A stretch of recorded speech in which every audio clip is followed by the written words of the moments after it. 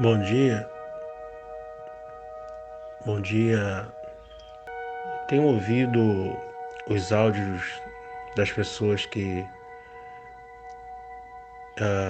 ex-membros da instituição Igreja Universal, e tenho me identificado muito com as coisas que têm sido ditas por essas pessoas, porque a gente que fizemos parte dessa instituição, eu acho que se a gente for contar os nossos relatos, se não se não forem iguais, com certeza vão ser bem parecidos, porque o modus operandi dessa instituição, ela é para com todos, né? Alto, baixo, magro, rico, pobre, enfim. A intenção sempre é financeira. Isso está mais do que claro. É, eu venho contar esse relato porque eu acho que é muito importante as pessoas que, que saíram dessa instituição falarem a sua história, contarem os seus relatos, porque fica prevalecendo aquela narrativa de quem sai de lá é derrotado, de quem sai de lá é destruído, de quem sai de lá vai para o inferno. E é uma forma que nós temos de ajudar a obra de Deus. Nós que fizemos tantos durante tantos anos, achando que estava fazendo a obra de Deus, dávamos as nossas vidas, né? Sacrificávamos as nossas famílias, os nossos entes queridos, nosso tempo, nosso trabalho, nosso fruto, né? Fruto do nosso trabalho. Então hoje nós temos esses canais que fazem essas denúncias. Então nós temos que usar essas ferramentas para que, pelo contrário que eles falam que a gente usa essas ferramentas para poder perseguir e atrapalhar a obra de Deus, pelo contrário, se cada um de nós que saímos de lá e sabemos da verdade, colocarmos as cartas na mesa, nós estamos ajudando, gente, pessoas que estão querendo ir para esse lugar, pessoas que estão lá, mas estão com dúvidas, entendeu? Então você que teve uma história, eu tenho certeza que tem muitas pessoas que têm história parecida com a da gente. Poxa, você tem que tomar coragem, você tem que ajudar as pessoas. Eu prezo muito pela aquela passagem que Jesus fala: tive fome, tive frio, enfim, não me deste o que comer, o que vestir, né? Então, quando eu prezo muito por essa palavra, porque quando você deixa uma pessoa ir para o abismo, sabendo que aquela pessoa vai cair no abismo, e você não tem, nem avisa aquela pessoa, você não tem aquele sentimento de, poxa, eu vou lá, vou tentar fazer fulano não cair, porque eu não quero isso para mim, eu não quero isso para o meu próximo. Eu acho que nós que saímos de lá e que sabemos da verdade, nós temos que meditar muito nisso. Entendeu, meu irmão, minha irmã? Você tem que meditar na palavra de Deus e ver que você tem que amar seu próximo como a você mesmo. E amar o próximo como a nós mesmos não é só abraçar quem está do nosso lado, não. É sentir a dor do outro. É olhar para aquela vozinha que está entrando lá, e a gente sabe que aquela vozinha vai sair de lá sem nada. Que aquela vozinha tiver uma casinha humilde, está arriscado aquela vozinha morar debaixo da ponte. Entendeu? A gente vê aquela dona de casa começando a frequentar, a gente sabe que de repente, de repente ela vai perder a sua família, porque ela vai virar uma fanática. Ela não vai querer mais ouvir o esposo em casa, não vai querer mais ouvir ninguém. A gente sabe disso, entendeu? Então, assim, de início nesse áudio aqui, eu queria deixar bem claro isso, que as pessoas meditassem, Você que se diz um homem ou mulher de Deus, sinta a dor do outro. Então entre em contato, pega esse zap aqui, entre em contato. Se você não quer ter a sua voz colocada de forma natural, pede para mandar a sua voz, enfim, porque cada um tem uma história, né? Então não vou julgar ninguém, mas faça a sua denúncia, né? Ajuda o próximo, mostre para essas pessoas que lá não é isso que elas estão pensando. Enfim, eu sou eu sou um ex-obreiro da instituição Igreja Universal do Reino de Deus. Eu fiquei nessa instituição mais ou menos uns 14 para 15 anos. Eu toquei nessa instituição, logo assim que eu entrei na instituição, com poucos meses, né? Eu fui levantado obreiro rápido, porque eu me dedicava muito, né? Me dedicava muito, e lá você é medido pelo aquilo que você dá, né? Então eu fui levantado há pouco tempo, com um ano acho que nem um ano, né? Eu já era obreiro e comecei, com pouco tempo comecei a aprender um pouco de teclado, a me dedicar um pouco. Eu vi os tecladistas tocando, eu comprei um tecladinho barato, comecei a estudar por conta própria e acabei aprendendo uma coisinha. Não sou tecladista profissional, mas acabei aprendendo algumas coisinhas e os pastores gostavam de me ver cantando e tocando. Então tinha até pessoas que tocavam mais do que eu, mas eles optavam por mim. Então eu tocava do culto das 7, das 10, das 3, enfim, eu tinha que estar lá o tempo todo de prontidão.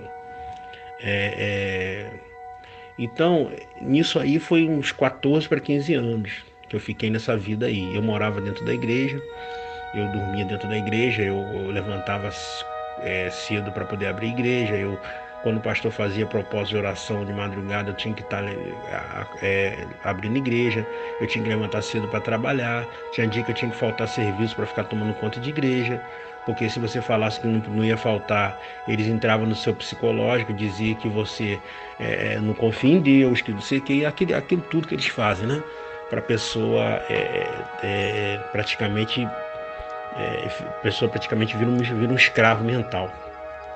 Então, para não me alongar muito, então é muita coisa para falar. Se eu for falar aqui, dá 1h30 de áudio aqui ou mais. Aí, nesse tempo todo, eu sempre fui aquele obreiro que não engolia tudo, né? Ah, faz isso, e eu saía de olho fechado fazendo. Ah, faz aquilo.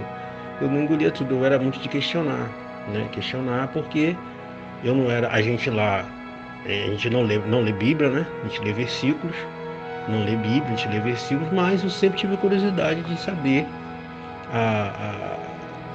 aquilo que Deus queria falar na palavra dele. Então eu não ficava só nos versículos deles, eu ficava nos versículos, eu chegava em casa, eu lia, eu pegava aquele versículo, eu ia ler na íntegra, no contexto do versículo, e realmente nunca batia. Mas aí a gente fica com aquilo, maus olhos, maus olhos, maus olhos, e Deus sabe de todas as coisas, e a gente vai empurrando com a barriga e acaba que a gente não toma atitude, né? Então eu nessa vida aí nessa instituição, eu comecei chegou um tempo que eu não estava aguentando mais.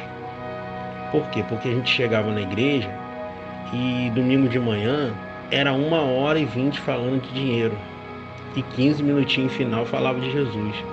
Fique de pé, feche seus olhos. Senhor meu Deus, venha com o teu Espírito sobre esse povo, amém, graças a Deus. Aí a gente ia embora para casa. E eu falava, poxa, peraí, quando eu fui para a igreja, eu fui procurando Jesus para uma transformação interna minha. Eu nunca procurei Jesus para ficar rico. Eu sempre entendi que eu tendo uma comunhão com Deus e buscando o reino dos céus, Deus ele é soberano sobre tudo. Então ele sabe as minhas necessidades. Não precisa eu estar desesperado, chorando, pedindo. Deus sabe as minhas necessidades. Então nesses anos todos eu sempre contestei. Mas eu falava, não, mas ter um pouco de verdade, porque tal, porque alguma coisa batia e pá, por quê? Porque eu nunca tive discernimento, nunca é pregado na igreja o discernimento, a dispensação da graça e a lei. Nunca é pregado, nunca a Igreja Universal não divide isso, ela não fala de graça e lei. Ela faz um bolo só. A Bíblia para eles é uma coisa só, não tem graça, não tem lei, não tem Novo Testamento, não tem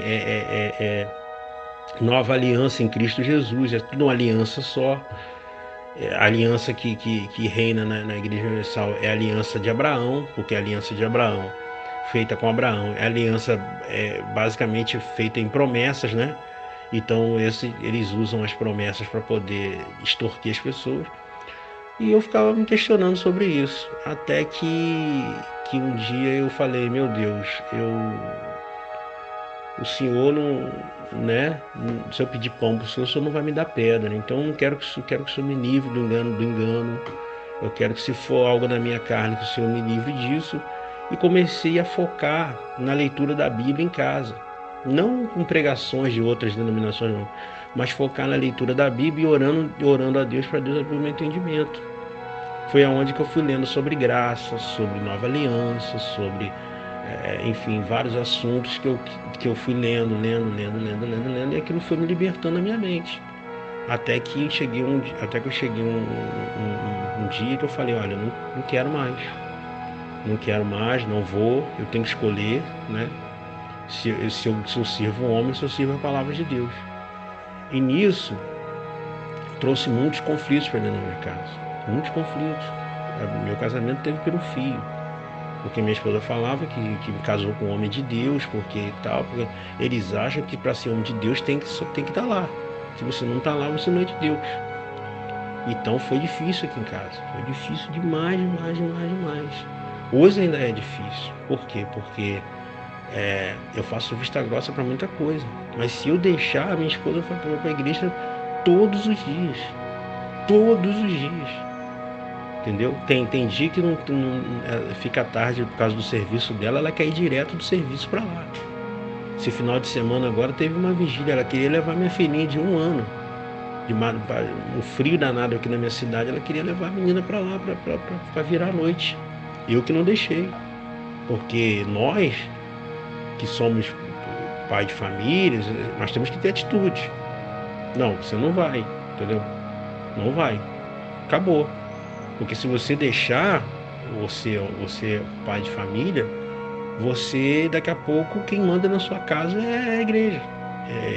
O que o bispo fala que vira lei na sua casa. Então é difícil. Minha família meu casamento teve por um triz, por um fio mesmo, tá? Estou falando de coisa de a gente chegar a conversar e praticamente decidir, mas ela pensou e eu não arredei, não voltei atrás. Eu falei, olha, se você quer seguir esse caminho, você segue, eu te amo, vou chorar um tempo, 2 tempos, mas mas eu não vou virar as costas para Jesus para poder abraçar essa causa sua, não vou de jeito nenhum. Então foi aonde que a gente conseguiu assim entrar num meio termo aqui, mas ainda é difícil, porque o grau de fanatismo dela é muito alto. O canto dela aqui parece um altar da Igreja Católica.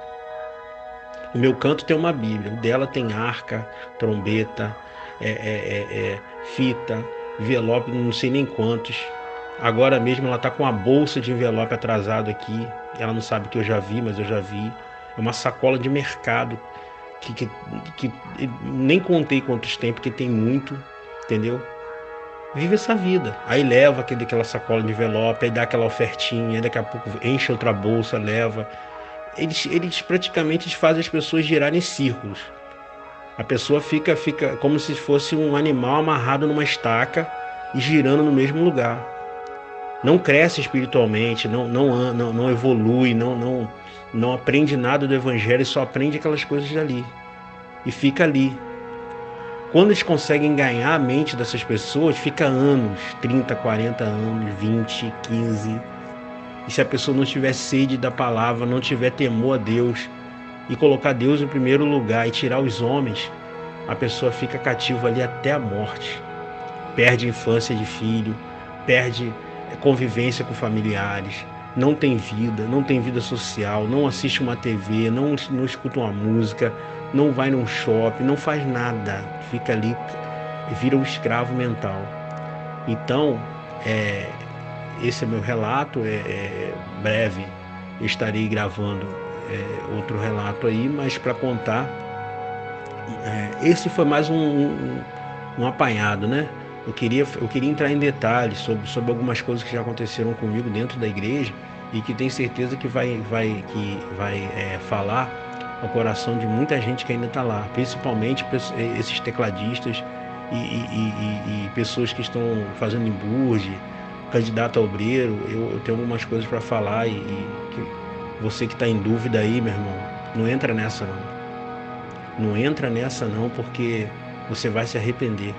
Igual me arrependi muito.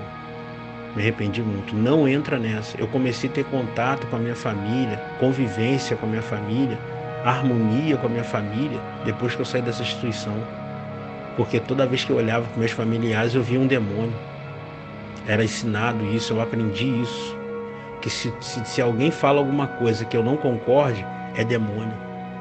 Entendeu, meu irmão? Então se liberta disso.